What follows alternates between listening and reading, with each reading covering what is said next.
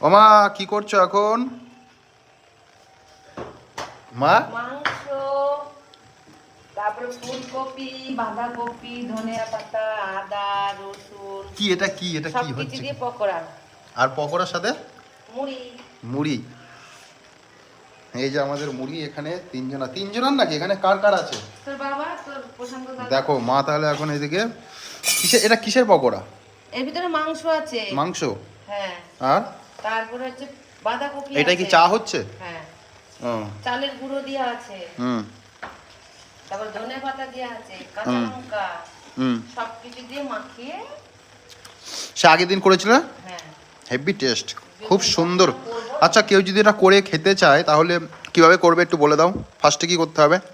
ফার্স্টে ধনে পাতা কুচাবে। হুম তাড়াতাড়ি বলো, তাড়াতাড়ি বলো। তারপরে বাঁধাকপি কুচাবে। হুম তারপরে লঙ্কা দেবে, পেঁয়াজ দেবে।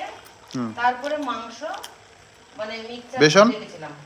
বেসন অল্প, চালের গুঁড়োটাই বেশি দিয়ে দিয়ে মিক্সচার করে রেখেছিলাম। দিয়ে এখন মাংস দিয়ে মাংস চিকেন পকোড়া। ঠিক আছে, আপনাদের যদি ভালো লাগে ইচ্ছা হয় এরকম করে খেতে পারেন। আমার মা বলে দিল কিরকম করে তৈরি করতে হবে। সাথে এরকম মুড়ি আর এদিকে চা হচ্ছে, যেহেতু আমার চাটা দিদি বসিয়েছে তো তো এখন ঠিক ঠিকানা নেই কখন চাটা হবে, আর ওটা বলতে পারছি না। এখানে মা এখন মনে হয় ভাগ করছে। ওই জলদি এটা ধরে দে। মাংস আছে? হুম, মিক্সচারে করে দিয়েছি, পাবি না। বাঁধাকপি বলতে পারছেন? বাঁধাকপিও দিয়েছি, বললাম তো। বাঁধাকপিও দিয়েছি। এটা তো বাবাকে দিয়া। খুব সুন্দর। তিনজনা টিফিন।